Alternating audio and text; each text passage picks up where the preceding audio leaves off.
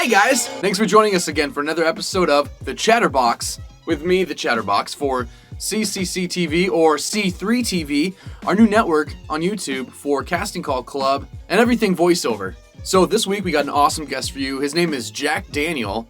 Yeah, like the drink Jack Daniels, except the real man, the real awesome man, not the man behind the scene, behind the drink, but the man who should be behind the drink. And Jack Daniels out there, if you're listening, this is the guy you want talking about your whiskey. His voice is like audible chocolate. He's described as a smooth sipping whiskey, which is exactly what his voice is. It's got that beautiful rumble and gravel sound that could sell any outdoors product, any alcoholic beverage, any hunting rifle, or anything else you can basically just describe as being manly. But you know, you meet the guy, you realize it's not just his voice. He's a great guy, he's a great actor, a great voice actor, and has a huge background doing all different kinds of entertainment. I had the pleasure of meeting him a couple years ago out in LA and having some drinks with him, and he's just a funny, awesome, amazing guy, you know, great talent, great personality, and a great person to have in a room and an interview, which is why we got him here for you guys today. So, without further ado, grab yourself a whiskey or a scotch, because this is going to be a long one. Take it away, Jack. All right, guys, so here we got Jack Daniel. He is an amazing friggin', you know, smooth sipping whiskey voice, that deep audible chocolate rumble, you know, and he's been doing a lot of commercials and stuff. He recently made the trek down to LA, down to the motherland, to start getting signed with some bigger people. And take it away, man. Tell me about yourself. Well, like you say, I've been named after the booze. Actually, my dad's also Jack Daniel, so it's really not that crazy for me. But I will point something out, because right before we started, you asked me, is it Jack Daniels or Jack Daniel? And if you look at the bottle, it is an apostrophe S, so I am appropriately named. It is correct to be Jack Daniel. Just so I want to be clear about that. I never noticed that. That's the most interesting thing about me, unfortunately. But like you said, I moved down to L.A. from San Francisco in March of 2017. I absolutely love it here. Nothing has ever felt more like home, other than my actual home on the East Coast is where I'm actually from. Oh, where at? Than LA. I'm from Philly originally. Yeah, I grew up in Virginia. Oh, did we talk about that? I don't remember that. My parents live in South Jersey now. So. I had the pleasure of meeting this guy at VO Mastery, at Randy Thomas's VO Mastery in 2016. That was a very fun event. That was the first time I ever actually went down to LA. I've been to San Diego a few times, but that was my first experience, you know, in the mecca of, you know, the big business of voiceover in Hollywood. And that was nuts. That was a blast, though. It was fun. It was really fun to meet you too. We really connected, and it was good to do that. And I met a lot of other people who I've remained friends with, or intensified my friendship with, you know, since I've been down here. I mean, as you know, the VO community in LA is pretty tight knit. There's a lot of us, but it's tight, and most of us all know each other. Man, everyone's so friendly too. I'm always saying this in every interview, is the camaraderie and the community as a whole is just so welcoming, and you never see a business where your direct competition is like, hey, here's my secrets. Right. Well, you know what I say? This is my little simile. I call VO the pro golf of the entertainment business.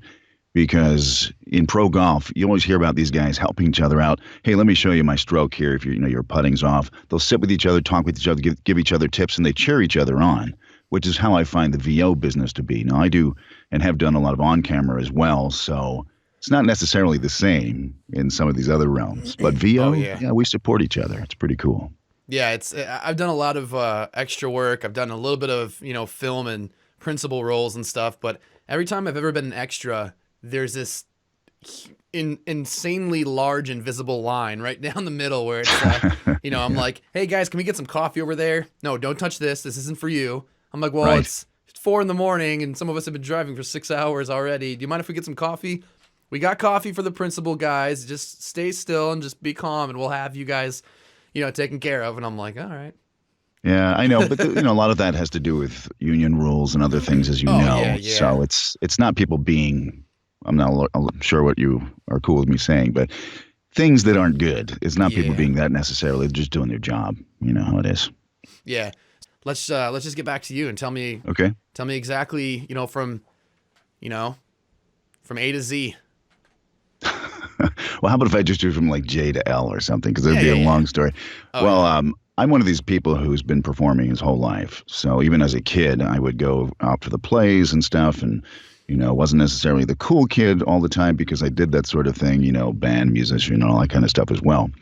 But so I was always acting, really. A lot of theater. I did quite a bit of theater on the East Coast in Washington, D.C., where I lived for a long time. I did quite a bit there. When I moved out here, I did traveled around the country doing sketch comedy with a group, Oh. and did theater there in San Francisco as well. Did a lot of funny stuff, including a reenactment of Batman, which was pretty hilarious. A stage version of Batman, imagine that. And I was Batman, by the way. Was it a very And serious role, or did it have that oh Tim God, no! Burton, that It was Tim based on the Burton original kind of TV fun? series, which, as you know, is Oh very yeah. campy and silly. So, exactly. And so we tried to recreate that vibe, and I think fairly successfully. It was a lot of fun. But I've always been one of those people. I did radio also for years. So I have that techie sort of background as well. I've always been fascinated with the technology that makes all this stuff run. And as you know, today it's fantastic. So That's a huge skill too, is knowing how to do your own engineering and editing and stuff. it's become pretty much critical. Oh Even the yeah. biggest names in our business, if they don't know it themselves, they at least have people they can rely on to keep them abreast of the technologies, because it's changing all the time. And as you know, the ways that we communicate with studios when we're not recording in studio, those are always in change and flux as they are right now. Oh yeah, and they're so easy to get to now, much more than Right, right, yeah. ISDN that doesn't go to many places like my house.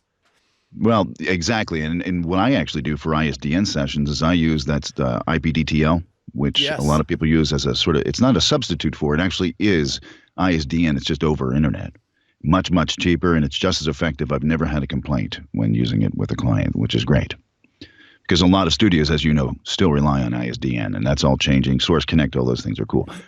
But to get back to my amazing and riveting story, so I started doing VO when I was living in San Francisco. I had a full-time job at the time, and like a lot of people, I thought, my performance inclinations, and I have this dream. I'd really like to start working on some VO stuff. So I slowly learned the technology, made a lot of errors, as people tend to do.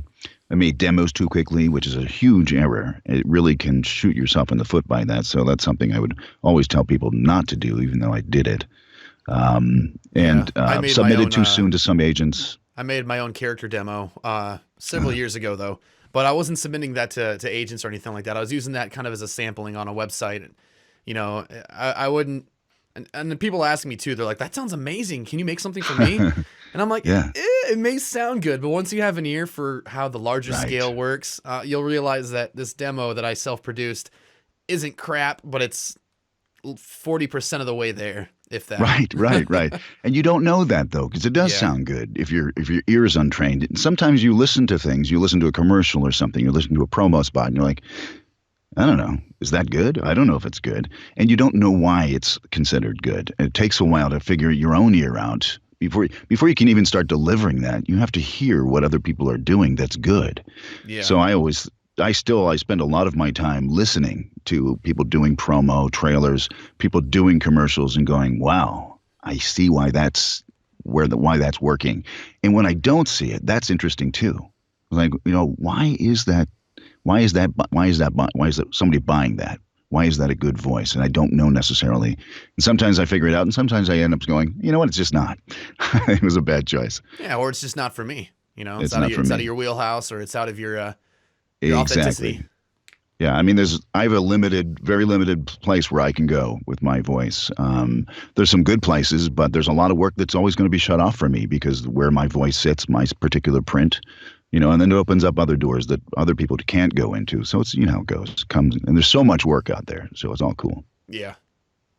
And it kind of makes me think of something that you hear a lot. You hear a lot of contradicting stories on both sides of this argument, telling you that the classic narrator and promo voice is dead, which I think is horseshit. It is horseshit. I love that voice, honestly. Mm. I mean, I'm the target demographic of the millennial, young, cool, whatever. I like this and this, and don't sell me that. You sound like a salesman. I want to hear something natural. I'm like, Right. I still love that. I still love the booming, deep, Right. what I can't get to. I Well, love that but sound. your voice changes over time too. When I was, what are you, like 25 or something? 28. 28. Okay. Yeah. I mean, at that age, I sounded different. I always had a voice that was a little different. I mean, it was a little deeper than most people's voices.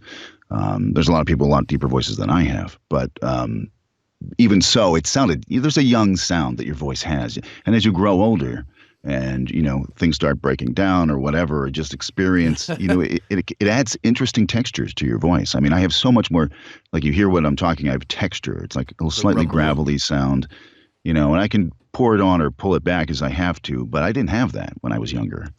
Yeah, and I mean, like I said before, when I first met you, actually, I said this. I was like, I've always been so jealous of that deep gravitas, that beautiful, audible chocolate, like I call it. And you should be. But then, but then I realized, like you said, there is so much work out there, and just being such a wide variety of work, any voice, any personality. That's one thing you always got to know is to be yourself and find your authentic self, your Absolutely, true self. Yeah. That's what it's all about. That's what sells. And the way you find that is, in my mind, it's by getting good training. I know that you believe in that too. There's certain things you can only discover by yourself, but you can really rev up the process by investing in good training with good coaches. Yeah, and there's a lot of crap ones out there too. And you can also step on your own toes when you don't get the training, because this goes for anything in the world that you try and practice on. If you feel too confident in yourself and you get set in these ways that you think work but don't, everything you learn after that will snowball off of that error. Absolutely. Just like in mathematics, one small error in the very beginning can make your entire, Goodwill Hunting chalkboard full of, equations completely off just by that one tiny little, 1+1 error somewhere. I'm impressed that you can refer to a movie that came out when you were 3. That's pretty awesome. But listen, I was jamming to the Bee Gees on my way home last night from an event. All right. Respect. Again, I love the Bee Gees. I'm a bit of an old soul. I have to ask this, a little off topic. Have you seen the Bee Gees on YouTube where they have the music removed and it's just a cappella and those guys harmonizing? No, Check I it haven't. out. It's awesome. It's really cool, man. I can't remember what his name. I just always love the front man. He's always like going off on his own, like, Andy, what was their last name? He's like a show stealer, but he's awesome.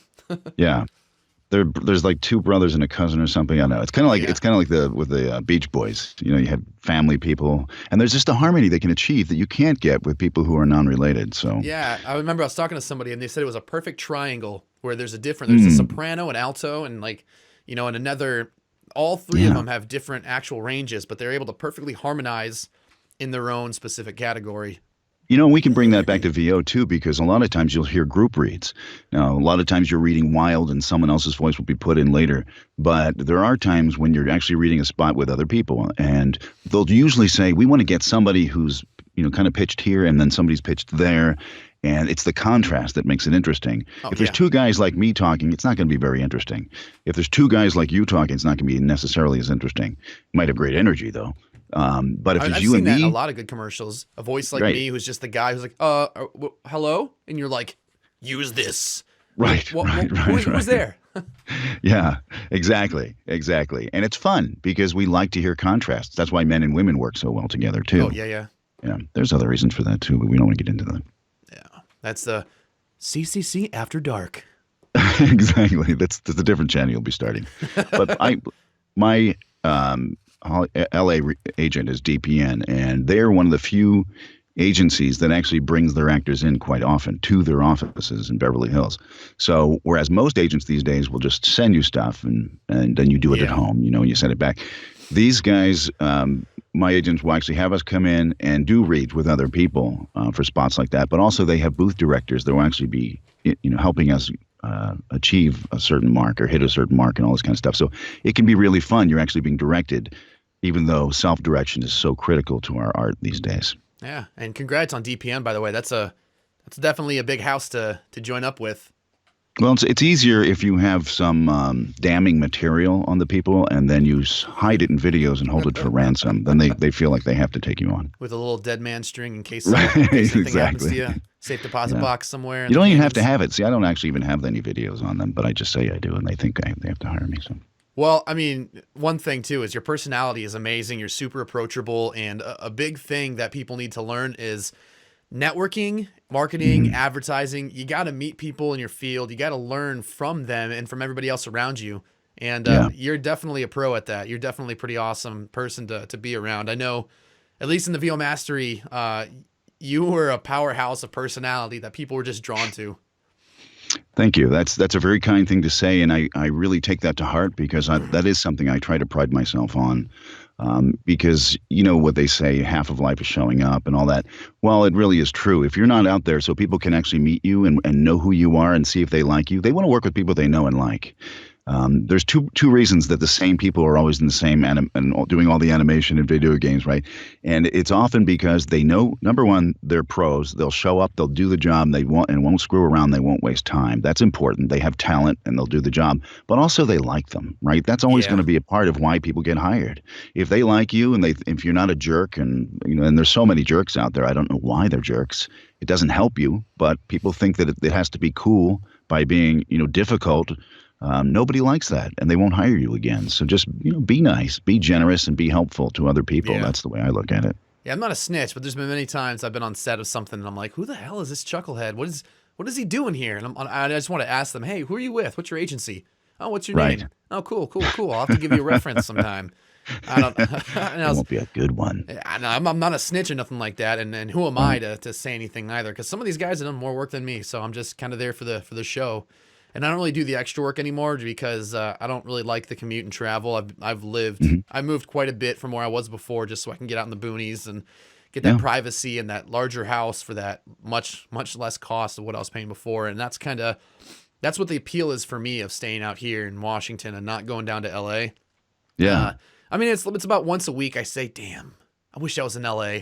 And that's probably every time I see your photos being posted on Facebook, of some awesome stuff you're doing. I'm such a social media whore. I know. Oh It's yeah, terrible. but that's awesome. That's kind of what you have to have. You have to have that presence because, you're not just an awesome pro, and an audio engineer and a voice actor.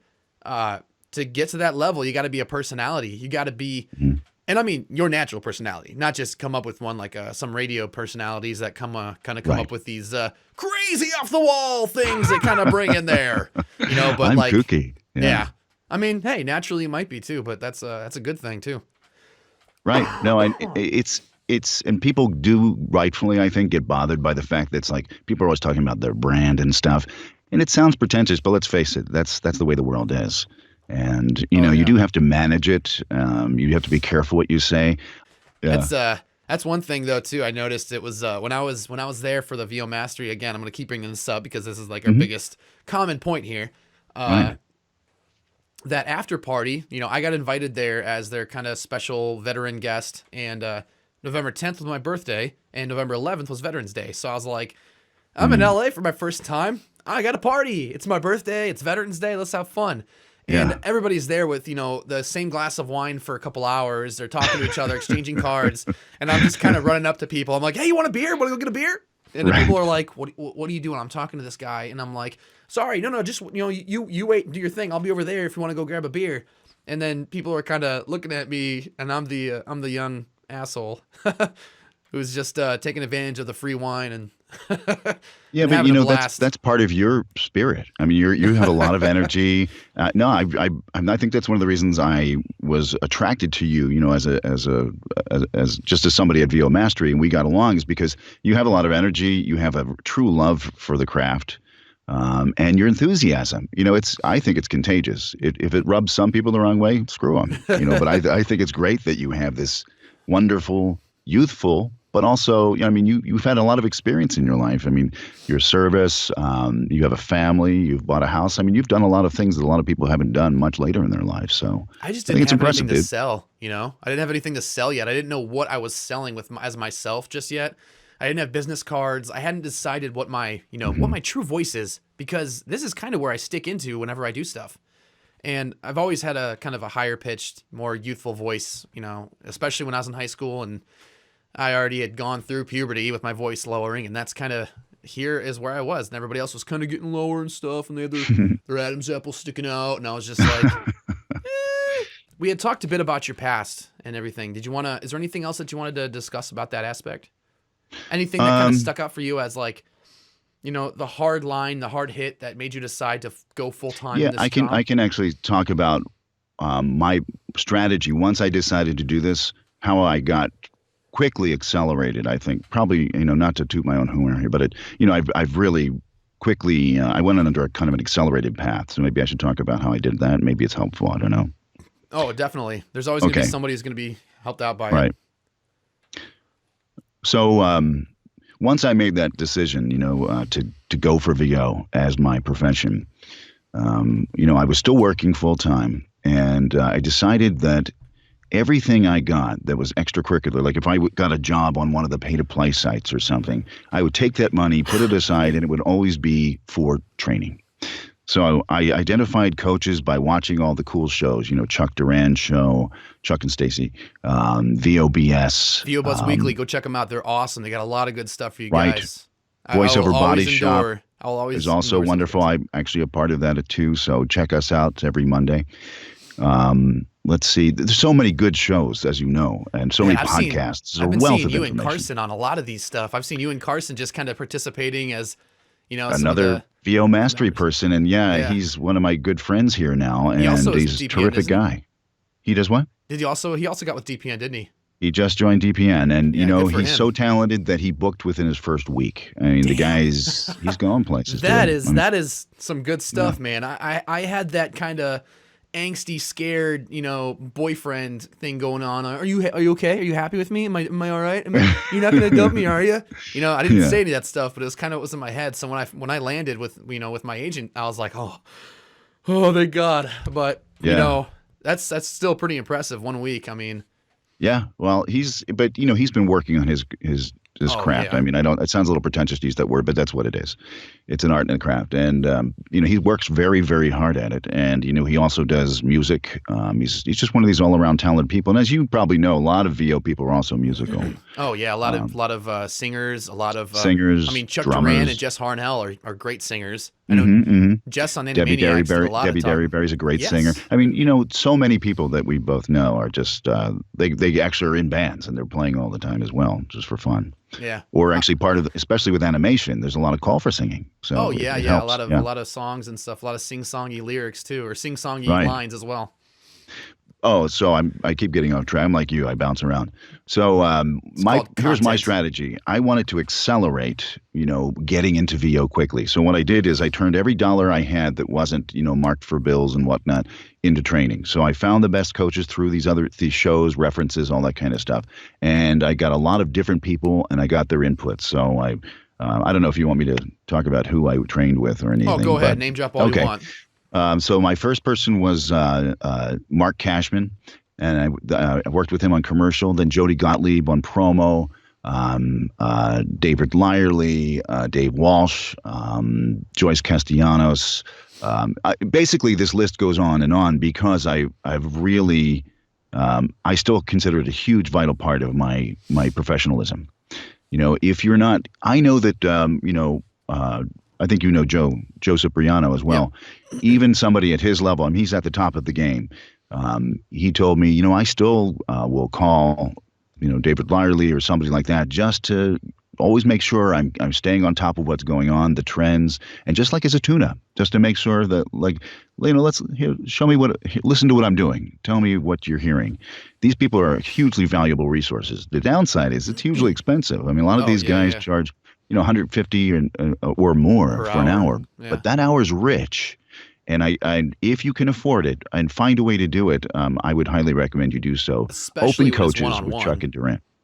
Especially when it's one-on-one. I've been doing a lot of work Absolutely. with a local Puget Sound voiceover group, kind of the the top performers in the Seattle area, and organized by some great girls, Dana and Danny.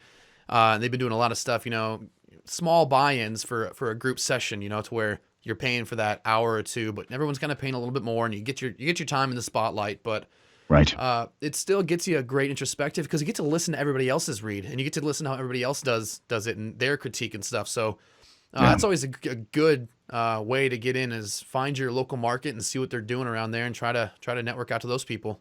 that is a great point, Chad, because what I also said to myself is if I'm going to make the move to LA, I'm always going to say yes, even if I'm tired, meaning that if there was a networking opportunity, if people were meeting to talk VO, even in an ancillary way, I was going to go. So there have been days where I've been like, okay, I've had a long day, been in the booth for hours or whatever, and it's 6 o'clock and I don't really feel like going to this thing. But my deal with myself is I say yes, and I just drag myself up and I go, and I usually end up really enjoying it. But so much happens, can happen, and you don't have to be in LA for this to work. You can just, where are you? I mean, is there a big city nearby? There's probably a lot of VO stuff going on. And if there's not, there's always stuff online that you could be participating in. Oh, yeah. And some of those podcasts that we were talking about are part of the fabric of learning VO. So I would definitely spend a lot of time. It's free. Why not do it? Yeah, that's a good point. And I know there's, even if you're not near a market, like a large market city, another big topic that everybody kind of discusses as like a little hidden gem is find your local chamber of commerce. Markets of local businesses. Local businesses need IVR. Local businesses need, commercials for radio or for television or small little TV spots and everything. Mm-hmm. Yeah, I mean, because what I do professionally spans a lot of different things. Like, I get to do trailers sometimes. I get to do promo. I get to do national commercials. That's awesome, but you can't depend on that every day. So I also do industrial stuff. Basically, corporate stuff. I do live announce stuff. I'll do whatever there is as long as it's a fair rate. Yeah. I am SAG-AFTRA, the union, so I have to be careful of that stuff as well. But, there's a lot of things that aren't governed by those rules as well, like especially foreign markets. Yeah. Are you aware of Bidalgo? Yes. Armin Hirstetter. Hirstetter. There we go. I was going to say that. I was going to say that wrong. He's out of Germany, right? Yeah. With a name like that. Yeah. He doesn't live in France. Yeah, no, but Armin he's a great guy, and he has this great site, and it's all these European clients. And I've actually gotten a lot of repeat business from these. They're usually German for some reason. I guess they just do a lot of industrial stuff. But, it's good. The pay's decent, and it's, it's out there. So find these things and use them. Thayer is a dry mouth spray. I use it all the time. Oh, I think that'd be good because I have quite a problem with my mouth noise when I'm recording. Oh, dude, check it out. That's a big thing too. I've been doing some stuff recently, some voice work that I've been compiling stuff from other voice actors, a lot of junior voice actors and amateurs and stuff. And that's one thing they really need to learn is mouth noise. Yeah, it's horrifying. How to mitigate that mouth noise because if it's right at the very start of a sentence like hello, then you can edit that out.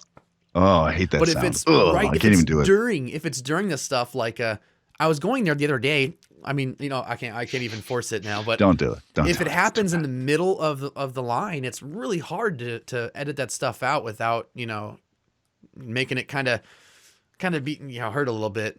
Unless you're a super trained audio engineer and you got top of the line software and stuff like that. But it's one thing that people need to learn quite a bit. Some honey tea, some apples. And just drink a lot of water, too. That's number one thing you can do. And not be stress, I think, has a lot to do with that, too. I think it really, you have to be relaxed. So that's part of the warming up has that good property also of helping you with mitigate mouth noise and everything else. Relaxed is where we need to be to do anything well. Yeah. You know how it is. Whatever we're talking about, sports, anything else. You want to be excited, but relaxed at the same time. It's one of those contradictions. Yeah, I get what you mean. I mean, I constantly have a pretty high blood pressure, and I'm always kind of on edge, but not because I'm anxious or stressed. I'm just like, there's 100 things I want to do today. There's 100 things I want to do today. What am I going to do? But, Thing 99. Check. All right, but okay, back on topic here. So you learned how Did you want to go into the technical stuff and all, like equipment and all that, or you don't really care about that? We'll talk about that more towards the end. I kind of want to see if I can get back into anything else that you want to discuss about, your journey from, A to LA. Yeah. Okay. So, the training gave me the confidence to reach out to people, and say, hey, I think, I'd really like you to listen to me, do this, do that, and the other thing. Because, like we mentioned before, or at least hinted at, pushing yourself when you're not ready is a big mistake because, if an agent listens to you or has you come in and you're not ready, it might be a few years before they're willing to give you another shot. Yeah. Because they're constantly being besieged by people. So get the training, and then for me, that gave me that. I said, you know what, I feel like, and I'm getting the feedback from people who I think I can trust. And you develop a relationship with these coaches, and they're telling me, you know what, you're ready. It's time. Do your demos and all that. So, I got my demos done, and, I went to Chuck and I went to Dave Walsh, and actually I'm getting a new promo demo done right now with Joe Cipriano, which is going to be really fun because he's such a great guy. He's talk about nice people. Everyone always talks about Joe being the nicest guy in VO. He kind of is, and he's just a great friend, and I just love the guy to death. So I made this move here and just started going to everything I could, meeting with people and constantly. And people would say, well, come check this out, look at this thing. And I started doing those in-person meetups, where it'd be like Mary Lou Wisner, at Voice Tracks. She'd have these. I did a training session with her a couple months ago, actually. She's great. Yeah. She's really great. In fact, she has a thing coming up shortly that's about self-direction. She's got a big thing coming out in Seattle, too. She's going to be out here in Seattle at Bad Animal Studio doing a whole, whatever it is. It's like a 6 to 8 hour event all day at Bad Animals. I'd love to, but I gotta put money aside right now to actually do that. Oh, okay. Yeah, well, I mean, if you can go and see, I don't know. Sometimes I always try to find a way, whatever it is. Ask. Sometimes not everybody's going to do it, but you can always ask. I always figure they can always say no, and that's fine. But ask, can I pay you this now and then maybe that later? I mean, just find a way, just like you would do in anything else in your life. If you really want something, you have to find it. There's always going to be a way, and it won't always work, but you got to give it a shot. That's the way I look at things. Yeah, that's kind of how it felt when I was first starting. Is I didn't know where the hell to go, but there was a million different things online. People would give you suggestions. Not everything works for everybody, and you'd kind of have to take what you got and roll with it. Yeah. And then, from that, I kind of just, expounded on, screw it, Google voiceover meetups, Google voiceover classes, Google voiceover Seattle, that kind of just kept branching out into different things, learning things, meeting people, and getting to know how the community was locally. And that really helped me out in, coming up from nothing. Yeah. You're not in Portland, but it's in your general area, right? But one of the most successful guys I know, and one of the most talented guys I know, do you know Dan Knocktraub? I've heard of him. He's with DPN too, but he's just he's done a lot of promo, a lot of narration. He's got a great voice, but he does it all from Portland. He does it all from home. So you'll hear him in National Geographic, all the great stuff on channels, all the good, I don't know what I'm saying. But, he's just a super talented guy who's doing it all from somewhere else. So I'm just trying to point that out, that some of the top level people are not necessarily in LA, that's for sure. And that's only going to grow, that number of people who are not in LA as time moves on. Yeah, I mean, I kind of had to break off the image in my head of, being one of those, convention bigwigs that are always going to see people. And,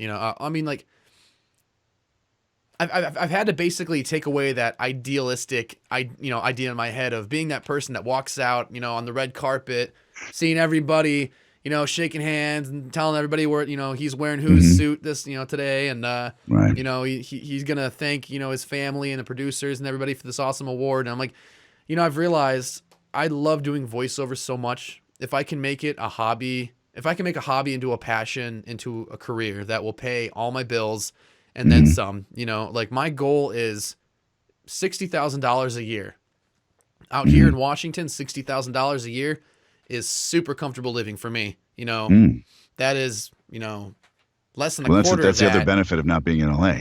Yeah. where and that's 60's not so good. Yeah, that's why I'm like, I can be out here making, $60,000 just starting in the first couple of years. And that's great success for me because it's absolutely way more than I was making in the Navy. Yeah. And this is one of those things like many people will say it, but you're not going to make it rich quick in VO. Yeah. It's just not the way it works. It's just like anything else. You have to pay your dues. You have to learn why, what makes something good. And it is about gaining that confidence over time that can only come with that experience. Oh yeah. Like, for me, I think there's a couple of divisions. One is people who have talent, people who don't. I do believe that talent is a real thing. And so that's a big cutoff right there. There are people then who will avail themselves of opportunities and people who won't. It's amazing how many people will sit on their butts and just not do the work that's necessary. And I don't understand it, but it happens. And then they end up going, well, why didn't this ever work, for the rest of their lives? But the other thing is, you have to give it enough time and seasoning and everything else goes into it to build the confidence that separates people who are pretty good from people who are amazing. And the thing that you hear in those people, their voices is not, their characters don't have to be confident, but there's a confidence they bring to every read that is, it's gold. You hear it right away. Even if they're playing someone who's scared out of their minds. Yeah. You hear that though, and that's a quality. Maybe some people are born with it. I doubt many people, maybe 1 in a million. But most people, it's a journey, and you have to work at it, and that's something I'm constantly trying to build in myself. Yeah. So this company, Casting Call Club, that I've been working with, unfortunately, we'd love to have you on there, but if you're union, it's pretty much exclusively non-union. None of the work on theirs. And over time, we're trying to build up our legitimacy, sponsoring larger programs, getting our name out there, bringing in better talent, better projects, and more people, but also staying true to having this one side that's all for the, let's say, the hobbyists, the amateurs, the people who are totally fine with, working for no money on a project that won't make any money. That's all just, this person loves animating and this person loves doing voice acting, but they're not really going to pursue it on a professional level, or they do, and they're just trying to get some experience right now. Because that's one thing I always said was, to get started, you need one or the other, either experience or training. Eventually, you're going to need training, but just to get off the ground and learn a little bit, you got to do it for yourself. You got to get, you got to get your feet wet. Yeah. And yeah, absolutely. And over time, once you build up and realize, like, okay, so I do have the chops to actually do this. That's when I realized, okay, so now I need to get actual professional training, because I know I can do it. I know I can get there. Now I just need to learn what the pros know. Now I need to learn how to actually do it on the professional level, instead of, doing it for YouTube videos and doing it for, I was working with those top 10 YouTube content creators kind of things, Watch Mojo and Looper. And those were okay, but they were super low paying. They were astronomically low compared to the union, but they were good experience that kind of got me the knowledge of how to be an engineer, how to do my own voiceover, and how to produce voiceover that people want to hear. Yeah. Yeah, no, and I agree with you. When you said before you had this vision, red carpet visions and all, those are great, but, it's a little bit, we all have those childish kind of, and I don't mean to demean it, I'm just saying, but, that's not what it's really about. But if you truly, if what you care about is doing good work and being respected by your peers and, being acknowledged for doing good quality work, I think that's the most important thing. And maybe if you're lucky, some of that other stuff happens too. But I'm with you that I want to feel in my heart that I'm doing good work, just as any of us do, no matter what our professions are, whatever we do for a living or for a hobby. We want to feel that we're doing it to the best of our ability and we're giving it something that's real and maybe making somebody happy. I mean, that's the best thing. Anything else is gravy, right? Yeah, I just think back to when I was a kid, when video games were first kind of plowing out in the mainstream. A lot of those great performances back in the day, just really stuck out to me, and they hit me as a youth, as I was growing up. I was playing these games with these super adult themed concepts of love and war and death and and vengeance and all these other crazy themes that these video games have. And I was like, man, I don't know how to think about these things. And I can't say I grew up on video games, because everyone says video games make you violent, which I can't really say I'm a violent person, but it just had a big impact for me. And that's kind of what I was hoping, that along the way I could at least have that one person that felt something, or get a role where I felt something on the role. Right. I can actually feel to be able to touch someone in that same way and give them something to think about and feel deeply and, help them move somewhere or, process things differently. Hell yeah. That's a beautiful thought, I think. Yeah, that's awesome. Yeah, that's a great reason to move on your path. Or be at that level where I could make somebody's day, just by doing something for 10 minutes or saying hi to somebody or something. I can make their day. That'd be really cool too, because everybody wants to be an influencer in some ways, but at the same time, I just still want the freedom to be able to just be here in Shelton and, do voiceover in my studio downstairs and then be a parent full time. That's Right. the biggest thing to switching to full-time voiceover is my bills are getting paid, not barely, but they're getting paid and I have a couple dollars extra. So and besides that, I'm able to spend every single minute with my, with my 9-month-old. Yeah, And that's a beautiful thing. There's just no way. I know that you appreciate what you got, so I just think that's wonderful. Yeah. Yeah. And more so, well, not more so. Now, I don't appreciate you guys more than my daughter. More so. Why not? I super appreciate how awesome the VO community is and how awesome you guys can be. And everybody's so welcoming and warming. The thing that any of you guys out there watching this need to learn and realize is that if you ask for help, there's a million people willing to help you in this community. You just need to ask for it, and you need to acknowledge that, you're never the smartest person in the room. You never learned everything. You're never at the top of your game until you're actively trying to be. Right. And every day is a hustle. But I would add that you want to ask intelligently. Like No, you don't want to yeah. ask questions that have been answered a bajillion times and that are easily answerable by just doing a little simple research. That's probably not going to endear you to anyone's heart. But if it's like a question that comes from your heart or just something you really need to know and you can't find it, most people, I think, especially like you say in the VO world, the generous VO world, will be, honored to try to help you. Yeah. And there's I feel like I've been lifted up. When I was coming before I moved down here, I'd come down to attend workshops or do jobs, and people would let me stay with them. They just like put me up for the night or whatever, and save me some money, from going to a hotel. That stuff stays with you, and then it makes you want to do the same things for other people. Oh yeah. Yeah. But you can't stay with me, just so we're clear. Oh, I don't know. I'd probably just Airbnb if I have to go to Seattle or Dude, down to LA. if you ever have to come down here for a couple of days to do a job or whatever, you're welcome to stay with me. Seriously. Yeah, I'd be glad about that. That's the one thing I do like too, is the amount of connections you can make just by talking to people and going to different things. Everybody's so warming. Everybody's so. They're like mufflers. People are like mufflers in LA. Oh man, so it's approaching on 1 hour of your time. So what else should we talk about to try to close this out? Well, do you want to know anything about my setup? Is that of interest to you? Actually, yeah. I'd love. Okay. So as you can see, I'm kind of in an open room, and this is just my studio. My booth in there. I've got some good equipment and everything like that. I'm gonna be putting up some acoustic tiling or acoustic paneling and some actual foam bass traps in this room to make this room kind of also. Because doesn't sound too bad for an open room right now. Actually, it's actually because not I got a bunch too of stuff. reflective. Actually, I have a large mattress in here as well to kind of help Yeah, out with hey, some of that. I mean, there's a lot right of in the ways to corner. get to many paths to God, as they say. Yeah. And So- there's a so lot of tell me people about hang clothes in their closet. Oh yeah. So tell me about your setup. So I work. I like you. I have an outside, I have a desk, like it's a music desk basically, but it has my monitors, it has my iMac, that's where I do all my work. I use Adobe Audition usually for my work, and I use Isotope and those other pieces of software.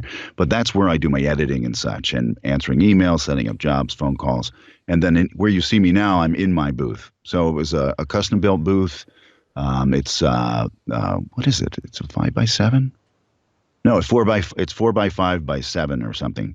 And what I have is paneling, like what they call ATS paneling, which is really good stuff. So basically, I've made my booth smaller by putting it all around me, but this place is really dead. It's not dead as dead because I like a little bit of life in my sound in here, but I have a lot of bass trapping. Anyway, that's the environment. So number one thing is always environment. So I have a good noise floor. I feel confident in here. I always get, compliments on my sound in here.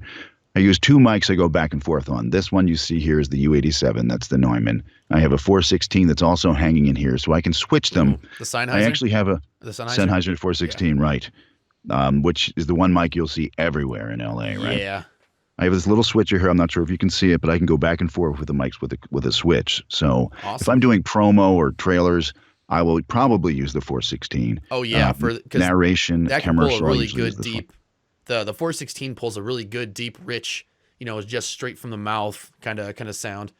Right, but I really like this mic, and I've been trying to use it more for that type of stuff because the U87, that Neumann sound, captures a much, the 416 is very top end. It's the reason lower voices sound good with it is because it's so bright. So it helps us sound. It captures the texture of the voice really well, and I love using it. Don't get me wrong, but this mic, like the Neumanns, all the different Neumanns, have a really great smoothness. They capture much more of the sound, so that can be of interest too. Go into a Avalon M5 is my preamp. That goes into, I have what I'm looking at you in is my Mac Pro laptop here. This all goes out into an Apollo 8, which is my interface, and then that's feeding into my iMac. Awesome, that's some good equipment. Yeah, I invest in my equipment. Yeah.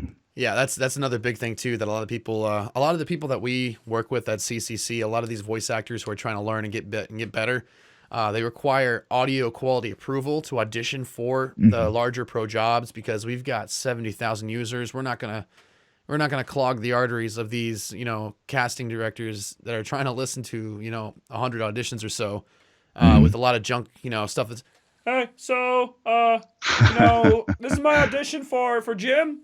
And we need to make sure that these people know what they're doing and they got, decent mic quality. And it's something that we really need to help them out with by putting out kind of a tutorial of like, listen, if it sounds like this, get closer to the mic. If it sounds like an echo, make sure that you have a little bit of sound treating in your environment, and do what you got to do. If you can't do that, go into a closet. You got clothes, right? Right. There's so many... I can tell you, I know people who work or do network promo and stuff like that, and they don't necessarily have a big studio. And some of them have done it in closets, with clothes hanging and all that. So there are many ways to get a good sound or a good enough sound depending on where you're going. Yeah. And, I'm one of those people, I really love the tech stuff. I'm a gadget freak. So I love to invest and it's part of it's like a hobby for me is to buy stuff and play with it and see if it works for me and always add it to my chain. But other people couldn't give a crap about that. And they use much, lower end quote unquote stuff, but they're booking all the time with huge stuff. Oh yeah. So there's no one way, that's for sure. You don't have to spend a lot of money to do well. I remember when we were at the, I can't remember what the name of the studio was over in Studio City, the one that they did that event in at 2016. Oh, media. The first day, November 10th, had a full day of like, yes, of, Media studio City. Is it Media City? That sounds familiar. Yeah, right next to Sportsman's Law. I knew it was something City. Great studio. That one of their mics was a 416, and I remember with these condenser mics that I use, the large diaphragm mics like Audio Technica and stuff. That's what I do exclusively, and it sounds like it has a really nice full open quality. It can pick up everything, and it sounds like what I'm hearing from my own ears. When I was using that 416, I was like, holy shit, my voice sounds amazing. And I was like, this sounds awesome. And I was like, I need to get one of these. But right. And it's they're great mics if you have a good room, right? Oh, if you have a good space, any mic can sound great, actually, in a good room. Not anything, but almost any mic can sound good. Yeah. So room first, then microphone. Yeah. For sure. And then training. Always training. Yeah. I also never, I'm wearing a shirt now, but I always work naked. I think that's important. I'm kidding. I don't do that. Oh, yeah. But I don't have ventilation in my studio. So in the summer, I'm in my underwear. That's honest to God truth. I did a lot of recording sessions in my underwear because there's no way. If I have to do a long form narration, maybe, if it's something else, I'll open up the door here and there. But I have to have my pipe here and then like a jacket, a smoking jacket to do narration. That also is a lot. A glass of whiskey with some stones. Glass of scotch, yeah. Glass of scotch is for after it's all done. That's for sure. Never, at least for me, I could never work drinking. I think maybe some people can. I doubt there's many, but it just has terrible effects on your. Well, this isn't work. This is entertainment. This is what that is. Hell yeah, dude. I mean, have your beer. That's fine. Yeah. So there's a lot of different questions. Sometimes we ask people some gag stuff. Things towards the ends of the. A lot of things that we ask some of the voice actors towards the end of the interview, kind of gag questions. So, do you have a favorite beer? And if not, favorite drink of choice? I'll give you my favorite drink of choice. I'm not like Mr. Beer. I like scotch, and I particularly like Lafroig, which is a very peaty type of scotch from the Isle of Islay in Scotland, of course. And so another one. Is there any... a lot of people don't like impersonations, but if there's an impersonation that you kind of feel confident about, what would it be? And if you can do it. Oh, yeah, you should have you set me up with this before. I'm just drawing a blank. I mean, I do actually do a lot of them usually in the moment. I don't, I'm not a good guy who does impressions. Oh yeah. I'm drawing a blank, dude. I'm sorry. I was always the guy in high school that people would say, "Hey, do the voice, man, do the voice." And I'm like, "Dude, there's girls. There's girls here, all right? Yeah. Don't put me on the spot, man. I'm gonna party." You look stupid. Stupid there. Yeah. All right, let's think another one. Is there anything that you want to specifically promote? Anything you want to advertise? Well, let's see. I think you saw that last month came out with that game Hearthstone. I did the trailer for that. Oh, that was really fun for Blizzard. Yeah, that was really fun. What's it called again? Kobolds and Catacombs. Oh yeah. That was awesome. It's was so much. No, go ahead. Oh no, I was gonna say it was funny too because I watched the trailer and I'm like, oh, I know some of those people that are actually some of the actors. I was like, that guy's a kind of a decent sized actor in Nickelodeon and stuff. Yeah, they have big followings. Those guys, they're terrific. But what we were trying to do was recreate an '80s style trailer. Like the old movies like Labyrinth, and those types of Dark Crystal, those types of movies. Yeah. So I was doing like the big sort of sound, and not like that. That sounds like radio, but you know what I mean. I was doing that really old school sound, which made it super fun because you never get to do that anymore. Don't buy a whole seat. Cool. Yeah. Right. Can you do that one? Just that end line. Can you do that? Is that all right? Don't buy a whole seat. You'll only need the edge, or something like that, wasn't it? Yeah. Yeah, I listened to that and I was like, oh my God, that was so super cheesy, but awesome. It was definitely it was so cheesy, a very cool but I loved throwback. it. Yeah, I think a lot of people who saw it on YouTube quoted that line because it is funny. Yeah. And there were like 12 people online when we were doing that session. Actually did it from here, did it over ISDN. There were a lot of people from Blizzard on, and also the creative agency who was working with them. So there were so many people, but they were super cool. They're just like, no, that's good, but let's just try this, just try that. I was afraid it was going to be one of those things that goes on for 2 hours because they have to decide what they want to hear. But actually, they were super cool people. It was really fun. Man, I haven't done one in a couple months, but I love doing those big sessions where it's for an actual broadcast, and you have everybody on the line with you, listening to you and talking to you. Yeah. Because for me, I'm a stand-up comedian. I've done I've done a bit of stand-up and stuff like that. And I love the improv and making people laugh.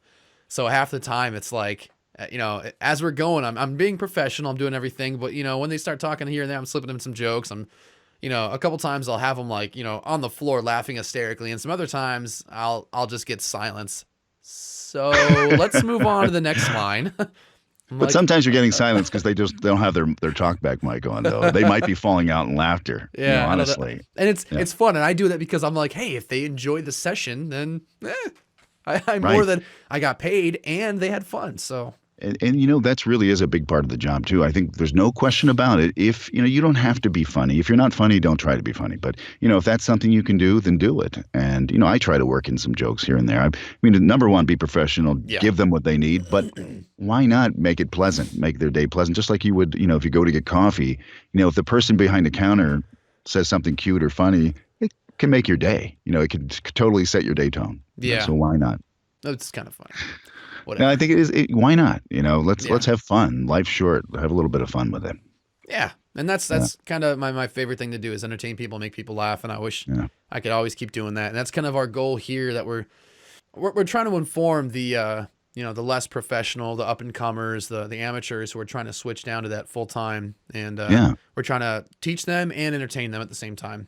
And it's a wonderful time though, actually, is when it's all new and you're really learning about it and trying to figure out what's the bad advice and what's the good advice is all part of the process, and it's exciting. So revel in this time if you're one of these people who's just getting into it, of knowing how joyful it is to find out all this stuff for the first time. Oh yeah, and the fun thing too is when you're still new, every month something new happens that's like, that's awesome. I got humbled every day by some of the people I get to talk to and meet and stuff. And, every day is a hustle. If you're not actually doing any voiceover work or auditions or any actual gigs, you got to be doing something to up Practice. yourself. Yeah. Yeah. Get scripts and read them, and listen to yourself and judge yourself fairly but harshly. I mean, just figure out what's going on. But you were saying, just to wrap it up, if people want to see anything else, my website is jackdanielvo.com. I have a lot of my spots, different things from promo to commercials and stuff. Some of it's funny. We'll be sure to have all that down in the description below for everybody to check out, and links to your demos and stuff like that. So people know how to use the website. intertubes and stuff here? Okay, got it. Yeah. Yeah. And so how is your social media presence too? You got do you have an open Twitter or anything else you want to talk about? I'm one of these people who just is getting into Twitter. So I've fought it. I've been tooth and nail screaming, but finally people are like, dude, you have to get on the Twitter. So I'm Jack Daniel VO on Twitter as well. I'm just kind of a newbie, just getting started, but it is fun. And a lot of the same people I know through Facebook is huge in VO, right? Yeah. You know that. This just as almost everybody seems to be on Facebook. So that's a great place to start. Is just seek out there's so many communities for VO on Facebook. Oh yeah, absolutely. Yeah. GVAA, Christina and David Rosenthal, Christina Malizia and David Rosenthal. We've been trying to partner with them to try to get a good relationship together between all of our junior voice actors that use our site and all the training demands that they have, the things that they want to learn and teach. We've been trying to work together with them to give our audience and our users, a good path to get reliable training and stuff that will help them kind of branch to that next level. They're great people and they do good work. And Christina also is just one of the coolest people, most talented, but also one of the coolest people in the business. And she's killing it. So she's a great resource. Yeah. I got some great brownie points with my kids when I was over there at VO Mastering. I was like, hey, do the voice for my daughter. Right. Like, yeah, you're showing yourself with like Tara Strong and Debbie Derryberry and all these other people, Mark Grau. It's like, it's cool. A blast, though. It's just a blast to kind of meet some of these people, even if it's in just like a convention style. You get to shake their hand and stuff. That's still fun. As long as you're not that guy who kind of comes up and was like, oh my God, let me do the voice for you. I can do this voice. There's some people that kind of make you want to go, thank you, next. Right. But yeah, some awesome personalities too. And just like you, there's some great people out there that are also super fun to talk to and communicate and network out with. Well, I'm glad to know you, man. You're good people. And so this is fun. Yeah, I really appreciate you coming on for this and doing this interview with me. And I know everybody out there watching will too. So good, man. Yeah. Thank you for your time so much. I actually got to go do Voiceover Body Shop. So definitely check that out. 6 p.m. Pacific time every Monday. And it's at vobs.tv. It's also on YouTube and Facebook. Right. But yeah, so that's if you want to learn about voiceover, the tech side and the craft, it's one of the good places to start. Yeah, what's oh man, I mean I know I'm friends with him on Facebook now. I'm having trouble remembering his name. George Whittam and Dan Leonard. Dan, there we go. Dan, the mustache man. That guy's got a hell of a twirler. All right. Thank you. We're talking about his mustache, just to be clear. Well, thank you for your time, Jack. This is Thanks, a pleasure. Jack. It was real fun, man. All right. Well, take care. All right. Man, I never get tired of that guy. He's such an awesome person to talk to, and he's got a great wealth of knowledge. He's got 3 awesome talent agencies under his belt, and you can obviously see, where he's been and where he's going. And he's a great guy to take some advice from and take some listening to. And speaking of, all right, don't listen to this guy. At the end of the video, we're going to be playing Jack's new promo demo. So take a listen and enjoy. And it's a pretty good example of his voice and everything he's got going for him. So I hope you guys enjoy. And thanks for watching. Thanks for stopping by to C3 TV. Go downstairs over there and hit the like, comment, subscribe button. Tell us what you want to see in the future, or just say hi. Either way, thanks for watching. And here you go. If you're not watching baskets, are you even living your best life? I'm out of here! But not before the season premiere, January 23rd, only on FX. This is John. I want to go to work. He sets the bar high. We're going to start ripping this place apart. Even when he has a short fuse. Bar Rescue, new season, now on Paramount Network. Albert Einstein, Isaac Newton, Stephen Hawking, you. Join the ranks of the world's greatest minds.